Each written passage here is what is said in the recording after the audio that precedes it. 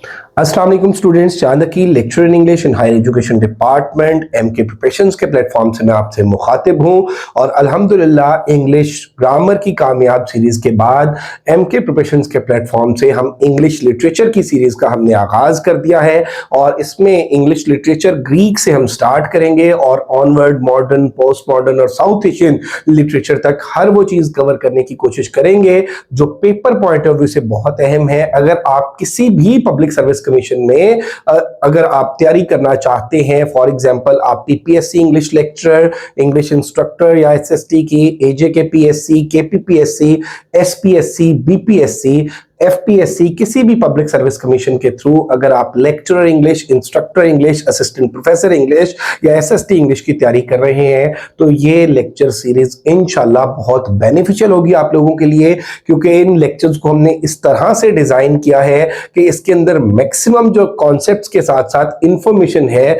जिससे related different public service commissions में MCQs बनते हैं वो भी ऐड किए जाएं। और इससे पहले ग्रीक लिटरेचर पे मैं वीडियोस अपलोड कर चुका हूं और आज का हमारा ये टॉपिक जो है ये बहुत अहम है।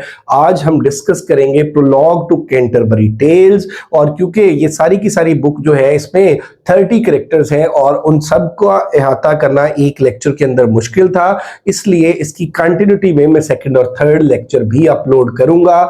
आज की इस वीडियो में हम डिस्कस करेंगे प्रोलॉग टू कैंटरबरी टेल्स के इंपॉर्टेंट पॉइंट्स, इसके अलावा इसके थीम्स को डिस्कस करेंगे और इसके अंदर जो different literary techniques, literary devices Chaucer ने यूज की हैं वो डिस्कस करेंगे। और अगर मैं आपको ये भी बताता चलूं कि अगर आप किसी भी पब्लिक सर्विस कमीशन की तैयारी कर रहे हैं तो बेटा याद रखिएगा कि ये बहुत अहम है ये वर्क चौसर का, चौसर के हवाले से, उसकी लाइफ एंड वर्क्स के हवाले से, प्रोलॉग के कैरेक्टर्स के हवाले से या प्रोलॉग के अंदर यूज होने वाली जो लिटरेरी टेक्निक्स हैं उनके हवाले से हर पब्लिक सर्विस कमीशन में ऑलमोस्ट 2 to 3 क्वेश्चंस पूछे जाते हैं। तो आज का ये लेक्चर स्टार्ट करते हैं। जैसा कि मैंने पहले आप लोगों को बताया कि प्रोलॉग टू कैंटरबरी टेल्स, इसमें थीम्स और डिवाइसेस जो यूज हुई हैं उनको हम डिस्कस करेंगे। सबसे पहली बात तो बेटे ये कि किसी भी यूनिवर्सिटी में जब पोएट्री पढ़ाई जाती है बीएस के स्टूडेंट्स को, मास्टर्स के स्टूडेंट्स को, 14th century to 18th century poetry का जो कोर्स होता है उसमें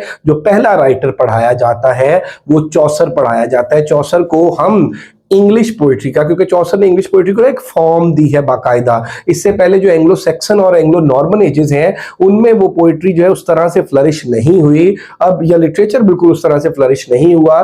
चौसर बेटे इसको हम फादर ऑफ इंग्लिश लिटरेचर भी बोलते हैं और फादर ऑफ इंग्लिश पोएट्री भी बोलते हैं। तो ये अगर हम बात कर लें प्रोलॉग टू कैंटरबरी टेल्स, सबसे पहली बात तो रिटन बाय चौसर। और अब इसमें पेपर में जो क्वेश्चन पूछा गया कि when prologue to Canterbury Tales was written, तो ये 1387 में चौसर ने स्टार्ट की और टिल हिज डेथ 1400 में चौसर की डेथ हुई, 1400 तक चौसर जो है वो इसको लिखता रहा।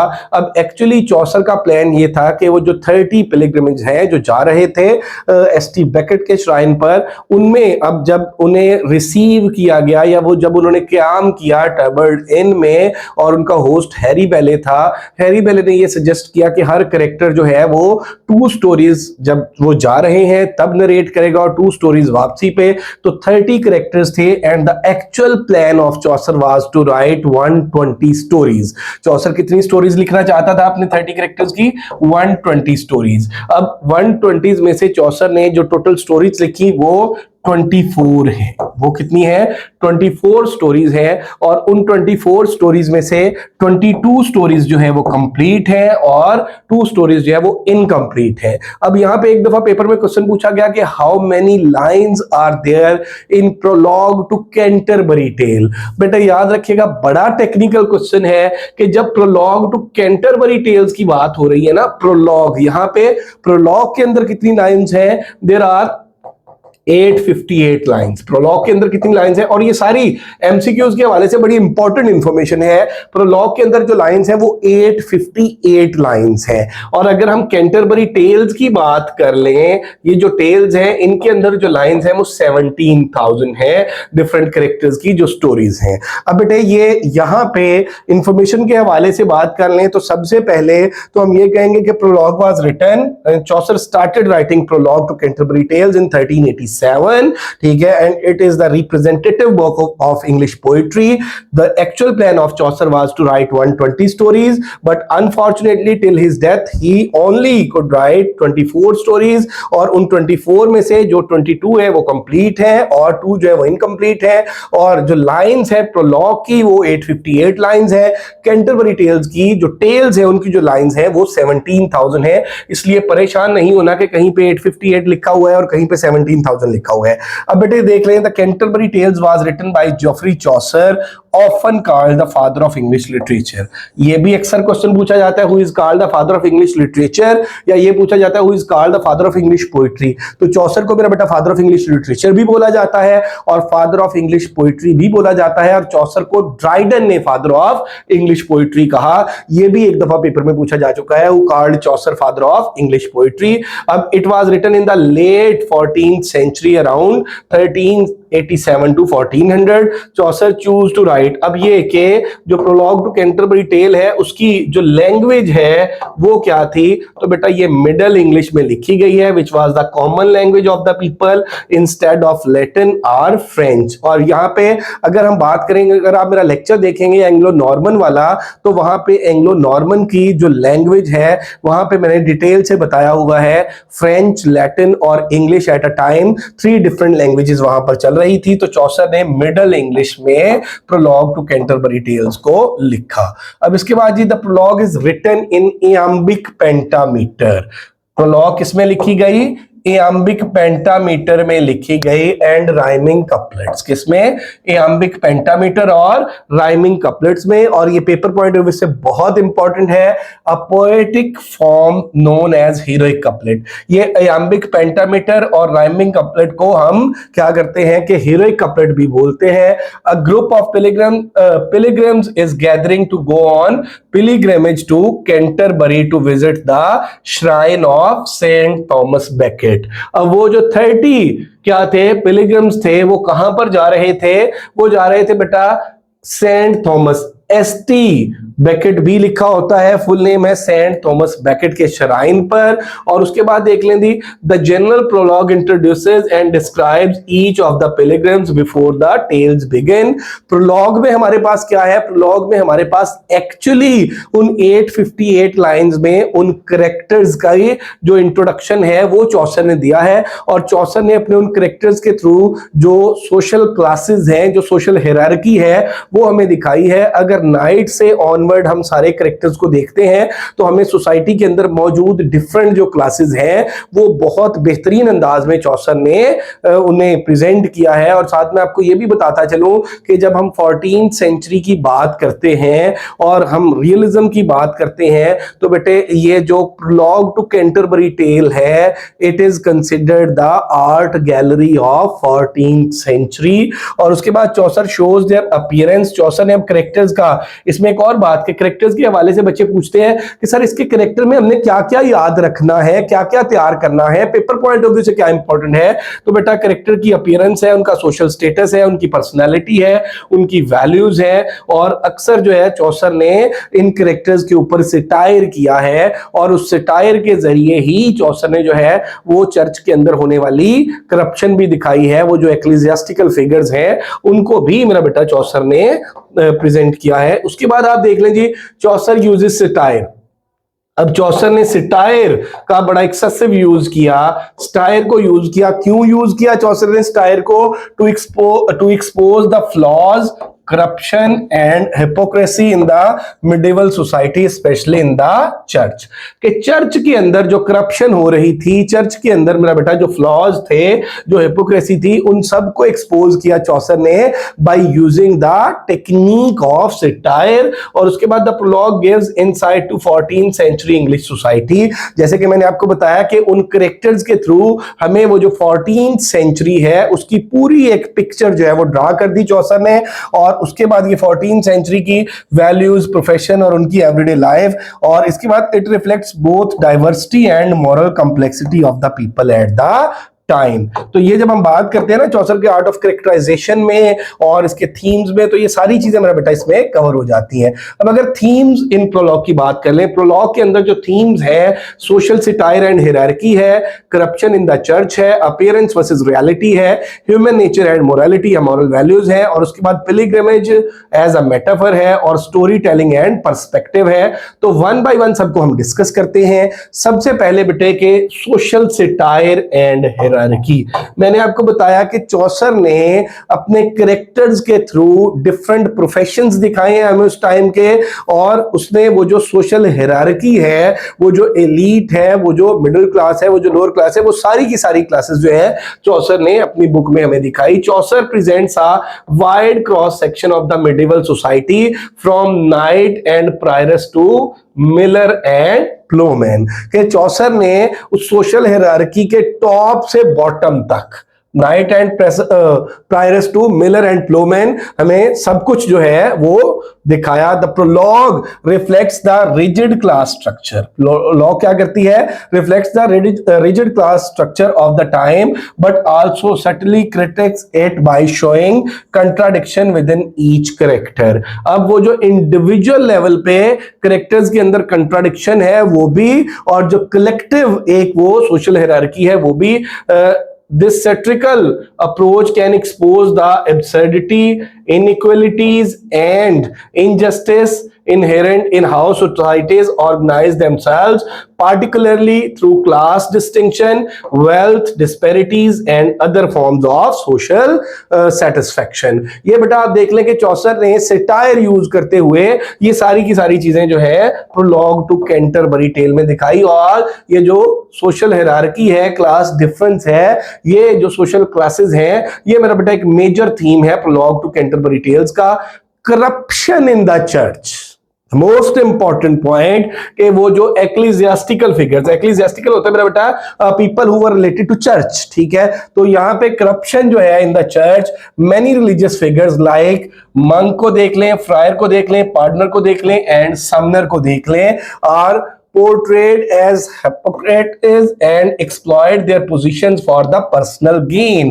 अब यहां पे क्या है कि चौसर ने अपनी book prologue to Canterbury tale में थ्रू सिटायर उन कैरेक्टर्स को हाईलाइट किया है जो चर्च को, चर्च की सर्विसेज को क्या कर रहे, और लोगों को एक्सप्लॉइट कर रहे थे, और उनको किस लिए यूज कर रहे थे? For their personal gains. This highlights wide spread moral and institutional corruption. और इसमें चौसर ने क्या किया कि वो जो मॉरल करप्शन है, वो जो इंस्टीट्यूशनल करप्शन है इन द मिडिवल चर्च, और उसके बाद the theme of corruption in the church explores moral failings, abuse of power and deviation from spiritual principles within religious institutions. It often involves issues like sale of indulgences, financial improprieties, hypocrisy among religious leaders and the toleration of immoral practices। तो बेटे चौसर ने जो corruption थी और church के अंदर, और साथ मेरा बेटा वो जो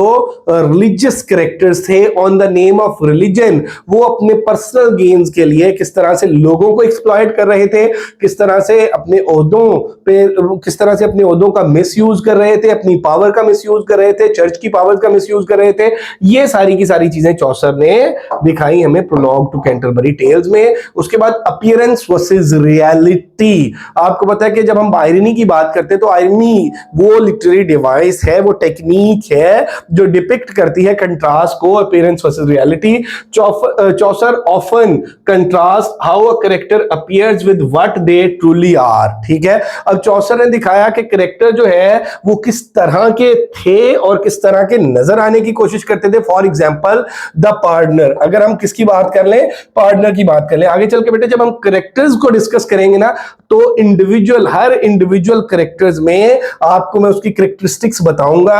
अब पार्टनर की अगर बात करें, pardoner preaches against greed but is himself extremely greedy. ये है कंट्रास्ट अपीयरेंस और रियलिटी का, कि पार्टनर की जो प्रीचिंग्स है वो अगेंस्ट ग्रीड है, और ग्रीड आपको पता है कि क्रिश्चियनिटी के अंदर 7 डेडली सिंस में से वन ऑफ देम है। और पार्टनर जो है he himself was very greedy. This theme of hypocrisy and deception runs throughout the prologue. और ये नॉट ओनली इन पार्टनर बल्कि बहुत से और कैरेक्टर्स हैं, उनके अंदर भी मेरा बेटा आपको कंट्रास्ट मिलेगा कि अपेरेंटली वो क्या प्रिटेंड करते थे and actually what they were. और उसके बाद देखें जी, this theme is prevalent in literature, drama, and even philosophical discussions, often revealing hidden truths, deceptive facets, and the unreliability of perception. उसके बाद मेरा बेटा नेक्स्ट अगर हम बात कर लेते हैं तो नेक्स्ट जो है human nature and morality. Human nature and morality की बात कर लें, bye presenting such a diverse group of characters Chaucer explores different aspects of human behaviour.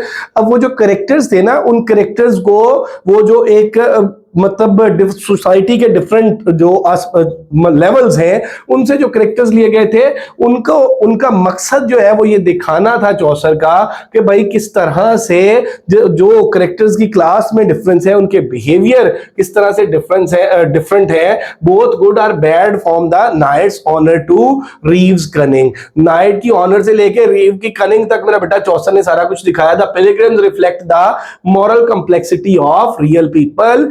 It explores the fundamental questions of whether morality is inherent in human beings or product of a societal construct। के जो moral values हैं वो लोग inherit करते हैं और it's the product of a societal construct। और उसके बाद next देख लें जी, pilgrimage as a metaphor।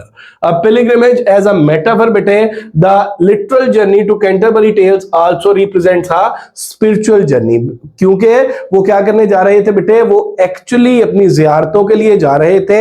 और मैंने आपको बताया कि थॉमस बेकेट क्या जो श्राइन है उस पर वो जा रहे थे through though many characters are far from spiritual. अगरचे बहुत से कैरेक्टर जो उनका स्पिरिचुअलिटी के साथ कोई लेना देना नहीं था। This tension between the sacred and the profane deepens the theme of religious intention versus human behavior, or it represents a quest for deeper meaning, connection to faith, and encounters with the divine. The physical journey mirrors an internal one with challenges and triumphs, reflecting the pilgrim's spiritual path. उसके बाद storytelling and perspective, it's also a major theme। अब यहां पे कुछ जो students हैं उनके जहन में आता है कि story telling is a technique, how it can be a theme. तो बेटा ये देखें कि story telling and perspective, the prologue sets up the story telling competition, making story telling itself a central theme. कि अब एक्चुअली क्या है कि एक्चुअली बेटे वो जो स्टोरी टेलिंग का कंपटीशन है, it's itself a theme. Each character will tell a tale that reflects their personality, beliefs and social position. क्योंकि हर कैरेक्टर को चौसर ने इंट्रोड्यूस कराया और हर कैरेक्टर की जो आगे स्टोरीज हैं इन कैरेक्टर्स की। और एक मैं आपको और बात बताता चलूं बेटे कि ये जो 24 स्टोरीज हैं, इन स्टोरीज से पेपर में ऐसा कभी कुछ नहीं आता। हाँ, ये पूछा जाता है कि किसकी टेल जो है वो लॉन्गेस्ट थी, तो वो नाइट की थी। ठीक है, वो जो इंपॉर्टेंट पॉइंट्स टू रिमेंबर है वो भी मैं आप लोगों को शेयर कर दूंगा। तो यहां पे बेटे आप देखें कि beliefs and social position Chaucer uses. अब हर जो कैरेक्टर की स्टोरी है वो उस रिफ्लेक्ट कर रही थी उसकी पर्सनैलिटी को, उसके बिलीफ्स को, उसके सोशल पोजीशन को। चौसर uses this device to explore subjectivity and truth। और चौसर ने बड़ा मेरा बेटा मस्तली वे में इन डिवाइसेस को यूज किया, किस हवाले से, एक्सप्लोर करने के लिए सब्जेक्टिविटी वो डिफरेंस ऑफ ओपिनियन जो डिफरेंट कैरेक्टर्स की थी, और ट्रूथ को एक्सप्लोर करने के लिए। Story telling and metaphor are deeply intertwined metaphors which draw comparisons between seemingly dissimilar things are powerful tools for conveying complex themes and ideas within narrative। अब यहां पे आ जाता है ये कुछ themes मैंने डिस्कस किए थे। लिटरेरी डिवाइसेस की बात कर लें, सेटायर बहुत एक्सेसिव यूज किया चौसर ने स्टायर का। इमेजरी की बात कर लें, एल्यूजन हिस्टोरिकल रेफरेंसेस को बोलते हैं। राइम एंड मीटर की बात कर लें, सिंबलिज्म है, आयरनी है और कैरेक्टराइजेशन है। One by one. और मेरा बेटा इसको मैंने जितना शॉर्ट हो सकता था, क्योंकि एक्चुअली यहां पे ये होता है कि 30 मिनट्स के लेक्चर में क्रक्स आप लोगों तक पहुंचा देना होता है और जो इंपॉर्टेंट चीजें हैं वो आप लोगों को कन्वे करना होती हैं। अदरवाइज बेटे जब हम क्लासरूम में पढ़ा रहे होते हैं तो एक बुक जो है वो मिनिमम हम 2 वीक्स में कंप्लीट करते हैं, तो यहाँ पे 30 मिनट्स में मेरा बेटा जितना पॉसिबल होगा, मैक्सिमम इंशाल्लाह पॉसिबल होगा, वो सारी चीजें आपके साथ कन्वे की जाएंगी और जो पेपर पॉइंट ऑफ व्यू से इंपॉर्टेंट इंफॉर्मेशन होगी, इंपॉर्टेंट कॉन्सेप्ट्स होंगे, उनको भी मद्देनजर रखा जाएगा। तो the prologue is filled with social satire as a Chaucer critiques the moral failings and hypocrisies of various social classes, particularly those within the church। अब इसकी मेरा बेटा मैं अपने नोट्स जो स्टूडेंट्स को प्रोवाइड करता हूं अपने पेड ग्रुप में, उसमें टेक्सचुअल रेफरेंसेस जो है वो मैंने कोट किए हैं। तो चौसर ने सिटायर का एक्सेसिव यूज किया है, और किस लिए, अगर बात कर ले हम करप्शन इन चर्च, चर्च की करप्शन को दिखाना है, सोशल क्लासेस को दिखाना है, इंडिविजुअल बिहेवियर को दिखाना है, प्रोफेशनल डिसऑनेस्टी लोगों की दिखानी है, तो ये सारी चीजों को चौसर ने सैटिरिकल वे में by using the technique of satire. Satire मेरा बेटा होता क्या है, सिटायर होता है to ridicule human follies for the purpose of reformation, के ह्यूमन जो फॉलीज हैं, एब्सर्डिटीज हैं, उनको रिडिक्यूल करना, और सिटायर का पर्पस होता है कि not only ridicule them but to reform them. और उसके बाद इमेजरी की अगर हम बात कर लें, इमेज हम बोलते हैं सिंपली स्पीकिंग वर्ड पिक्चर को, ठीक है। There are different types of imagery, और इमेजरी का मेरा बेटा हम डिटेल में जो इमेजरी की टाइप्स हैं वो इंशाल्लाह जब कीट्स को डिस्कस करेंगे तो कीट्स के में भी रेफरेंसेस हम डिस्कस करेंगे, जब हम कीट्स को as a sensuous poet discuss करेंगे। तो imagery Chaucer descriptions of pilgrims are rich in sensory details allowing the reader the visualize them. अब मैंने आपको स्टार्ट में बोला था इस लेक्चर के स्टार्ट में कि prologue to Canterbury tale is an art gallery of 14th century. बेटा चौसर ने कैरेक्टर्स को ना सिर्फ लिखा नहीं है, उनको पोर्ट्रे किया है, उनको दिखाया है। और इस बुक के अगर आप टेक्स्ट को पढ़ें, प्रोलॉग के टेक्स्ट को पढ़ें, तो हमें ये फील होता है कि we are living in 14th century. इसीलिए जब इस पे क्वेश्चन बनता है ना, तो क्वेश्चन जो है वो चौसर की आर्ट ऑफ कैरेक्टराइजेशन पे या रियलिज्म पे बनता है। तो यहां पे बेटा चौसर ने इस तरीके से उन कैरेक्टर्स को डिस्क्राइब किया है कि पूरे वो जो विजुअल्स क्रिएट होते हैं, allowing the reader to visualize them. For example the description of the knight's armour or the prior's elegant appearance, ठीक है।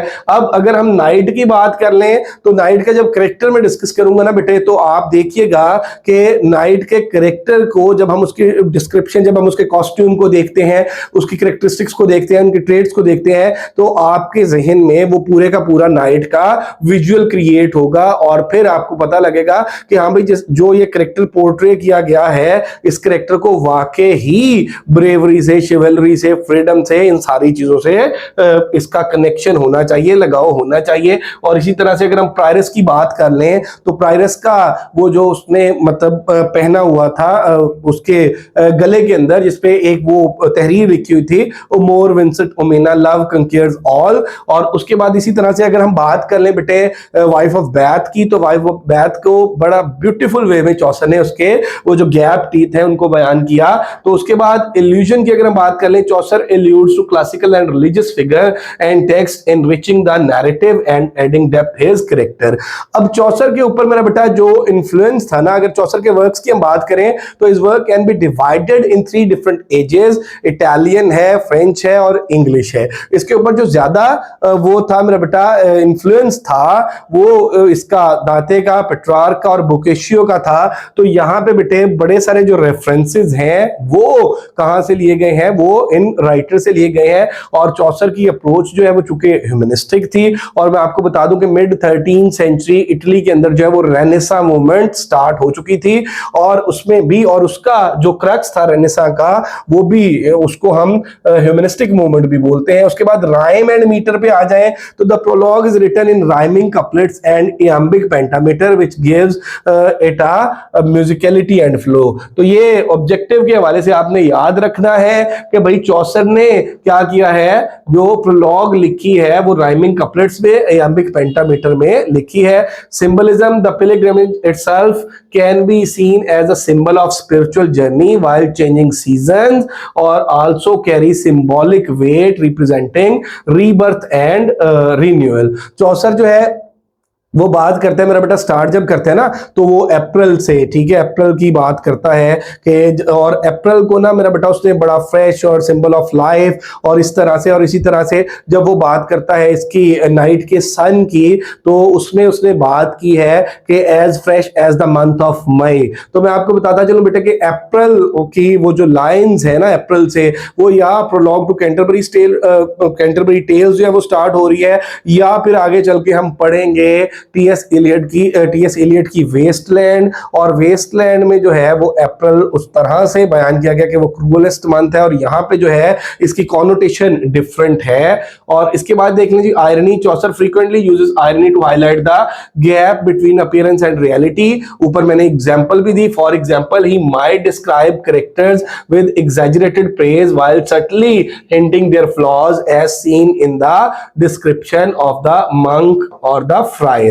और उसके बाद आर्ट ऑफ कैरेक्टराइजेशन की बात कर ले हम, Chaucer's characterization are remarkably detailed and memorable. कि चौसर की जो कैरेक्टराइजेशन है मेरा बेटा वो बड़ी स्ट्रॉन्ग है, हर कैरेक्टर जो है हमें एक पूरा सोसाइटी का एस्पेक्ट दिखा रहा है, और he uses a combination of physical description, dialogue and उसके बाद anecdotes to bring each pilgrims to life making them distinct. तो ये बेटे हमने आज की जो वीडियो है इसमें डिस्कस किया कि प्रोलॉग टू कैंटरबरी टेल्स जो है वो लिखी कब गई थी, चौसर का ओरिजिनल प्लान क्या था, कितनी स्टोरीज वो कंप्लीट कर सका, उसके अलावा जो प्रोलॉग है उसकी लाइंस कितनी है, और वो जो कैंटरबरी की टेल्स है उनकी लाइंस कितनी है, और लॉन्गेस्ट टेल किसकी थी। इसके बाद मेरा बेटा हमने बात की चौसर के हवाले से कि चौसर जो है वो फादर ऑफ इंग्लिश लिटरेचर भी है, फादर ऑफ इंग्लिश पोइट्री भी है। और उसके बाद मेरा बेटा हमने बात की इस बुक के जो डिफरेंट थीम्स है, प्रोमिनेंट थीम्स उनकी, और उसके साथ साथ मेरा बेटा हमने बात की इसके अंदर यूज होने वाली लिटरेरी डिवाइसेस की।